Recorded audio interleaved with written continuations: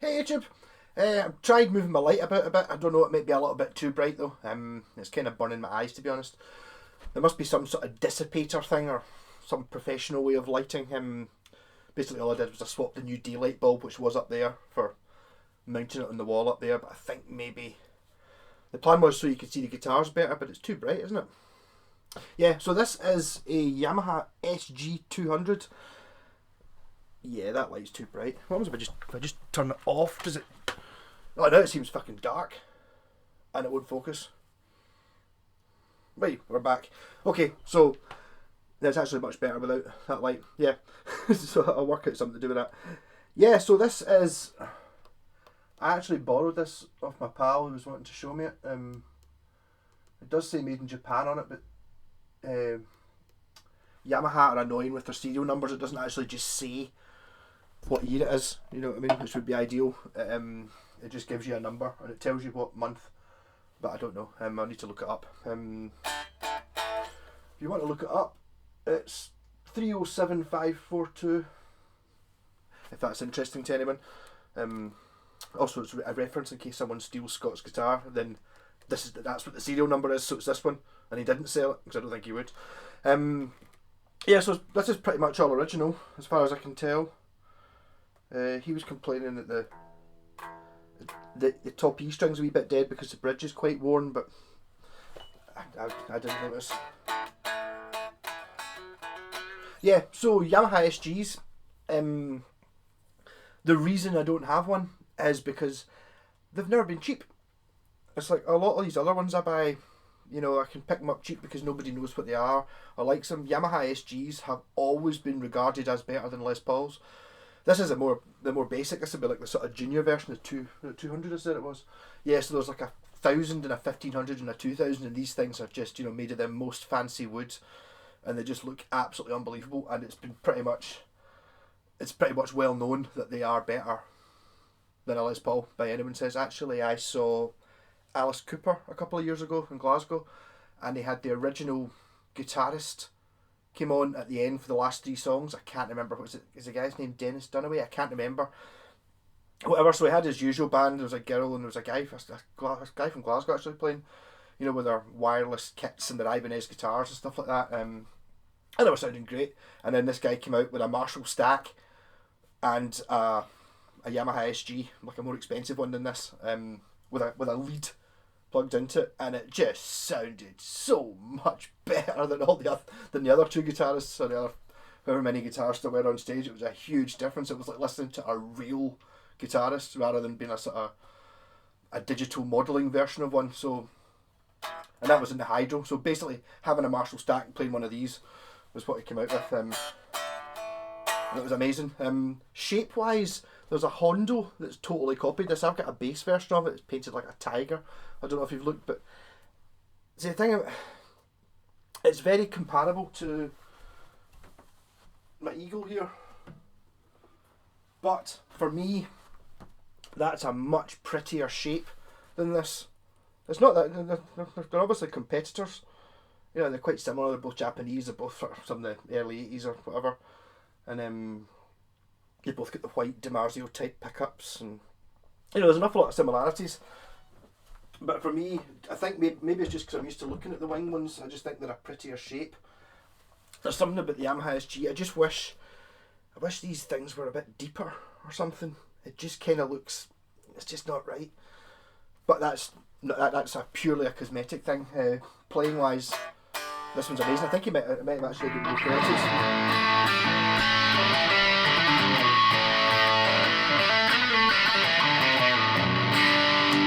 But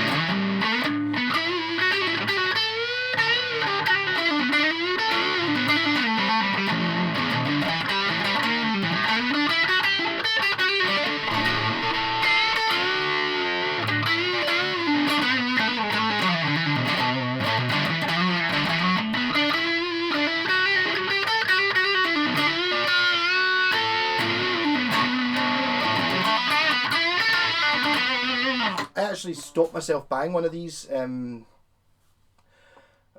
just before Christmas. I saw one and it wasn't that expensive. It was about 250, something like that. And it was even this colour. I mean, I saw it round. It was just my pal's house. The guy I got that bass off. And when I was round picking up the scratch plate for that bass just before, in fact, it was after Christmas, just before New Year. I saw this in the corner. I thought, "Oh, you bought it?" And he's like, "Oh, no, I've had that for years." So there was another one kicking about Glasgow that was the same colour. But I've always quite fancied one, if I'm honest.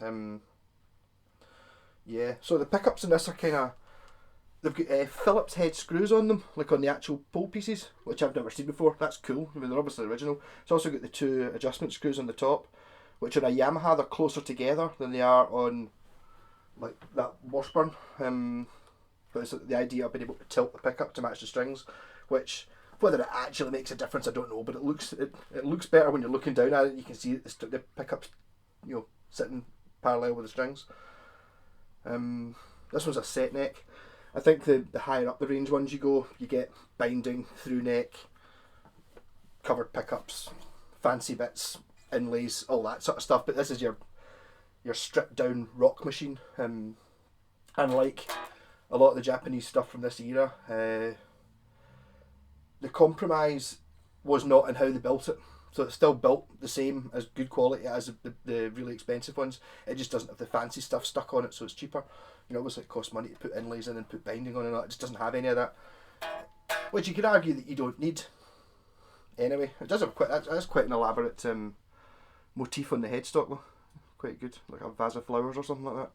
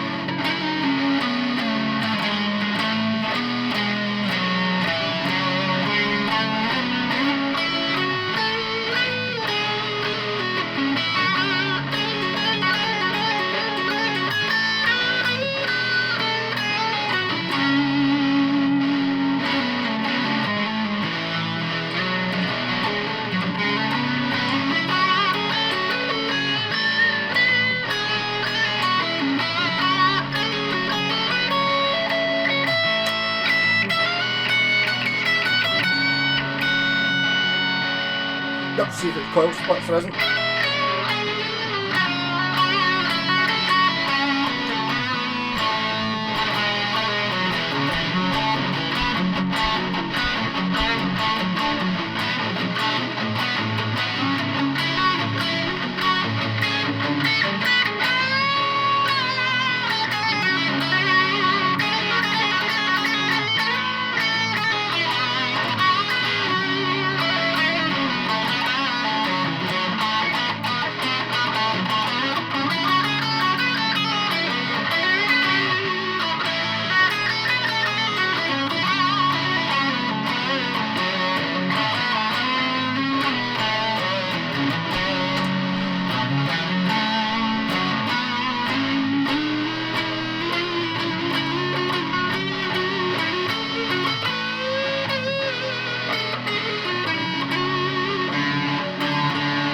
Totally lost that string there.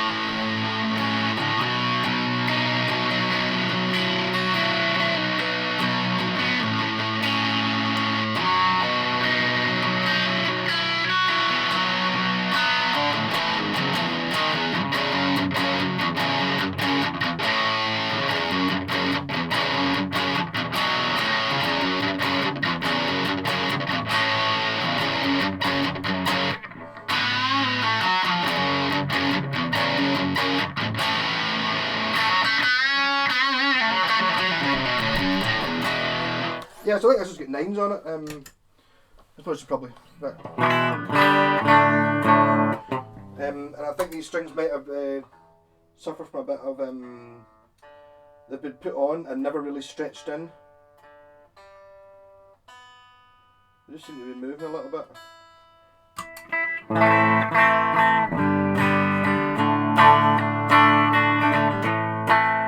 So actually with no effects pedals on, I had my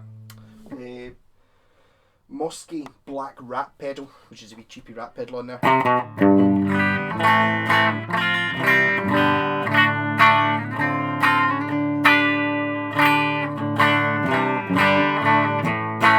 Yeah, so as I said, my pal just lent me this just to have a shot of it. But he was having a problem with interference, and it's like it goes away when you touch the strings, but he's reckoning there's an earth wire off. I don't think that's what's wrong with it. I think it's just because they're really hot pickups. I mean, there is a bit of noise, but I mean that's maybe with the rat pedal on. I suppose we put the yeah. So that's the noise it makes if you get the rat pedal going into the fuzz pedal on. But I mean that's a £12 rat pedal into a £14 or £16 fuzz pedal. So I think maybe just using too much gain, Scott. The only thing I can really think of doing to limit that is maybe, like foil lining the pickup cavity or something like that. I mean, and the control cavity. That's really all I can think of doing. Because I mean, it's obviously it is earthed. Because if it wasn't earthed, when you touched something metal, it wouldn't go away,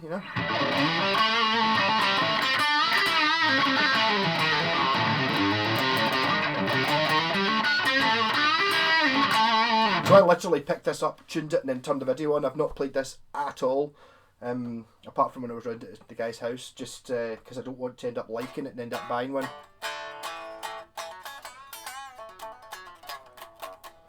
But it's lovely. It really is. It's fantastic. And the more I look at it, I'm just seeing the more I'm getting used to the shape being a little bit odd looking. But to be honest, it's not really that odd looking. I just feel it's a bit fat or something, or I don't know.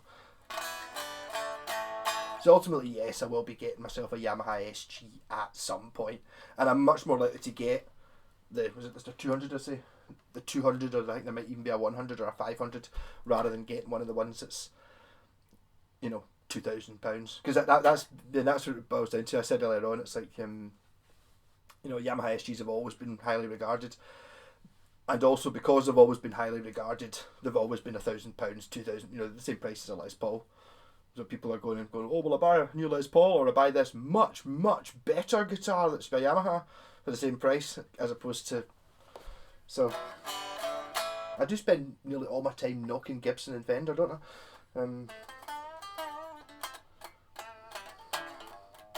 I think it's maybe probably just more rather than just knocking Gibson Fender, it's more the fact that modern guitars, when I go into a guitar shop now and just see what there is kicking about, it's like there's so many of them are like £1,000 and more, and they're not better. You know what I mean? It's not better than this guitar, and these don't cost £1,000. The heyday of Japanese guitars, it was going to catch up. Eventually, I'll have thousands of pounds worth of guitars on the wall, rather than being,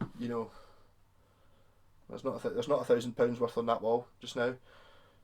And there's more than 500 quid, I would say, though. Well, that's only £100 each. Okay, so there's maybe approaching £1,000 worth of guitar on that wall, and it's like every one of them is better than anything you can buy for £1,000 new, like significantly better. And that's obviously worth 10 grand because it's the only one in the world.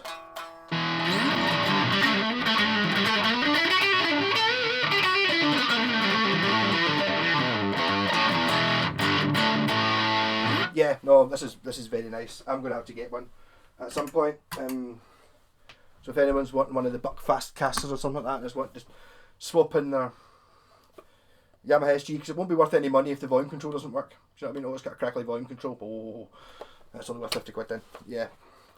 So, yes. No, very nice. I'm a wee bit disappointed I can't do anything with the buzz. I think maybe I don't know. I'll talk to Scott and see if he wants me to, you know, try and foil line it. I'm not sure if that'll make any difference. I think it's just because it's so hot and open sounding that it's like, you know, it's a bit buzzy. Oh, so I've had some fun today, which I've been doing today. I got a couple of guitars yesterday, and I got this this Strat, and I've been having a go at relicking. So, don't know, I've not. Basically, what I've been doing is I literally, obviously I took the pickups, I put these mad 70s Japanese pickups in it as well, and I managed to find a grotty. Yeah, that's what I hate. I hate having other people's guitars here in case they fall over and I break them. I don't mind if it's mine. Yeah, so what I did was earlier on, I was actually literally had this out on the street, kicking it down the road, trying to give it some denting. The reason I did that is because it had a couple of chips in it anyway, but I really like this colour, and I figured that I've got this neck that I got in when I was in China. I've actually bought it straight when I actually went to the factory, and I thought a nice 50s type Strat with these crazy Japanese pickups, which by all accounts are meant to sound totally amazing, but in order to hear them you have to buy one of those Hackett Tesco guitars, you know, with sort of stupid scale, and they don't really play very well and they don't stay in tune and they're a bit rubbish. So this way you get the pickups in a decent guitar. This is I'm not sure what kind of wood it is, but it's solid anyway because I've been inside having to gouge it out. These pickups were not easy to fit. It's like, it was a bitch. It took me all day. But so this will be coming up soon. Quite an interesting guitar. Rock and roll!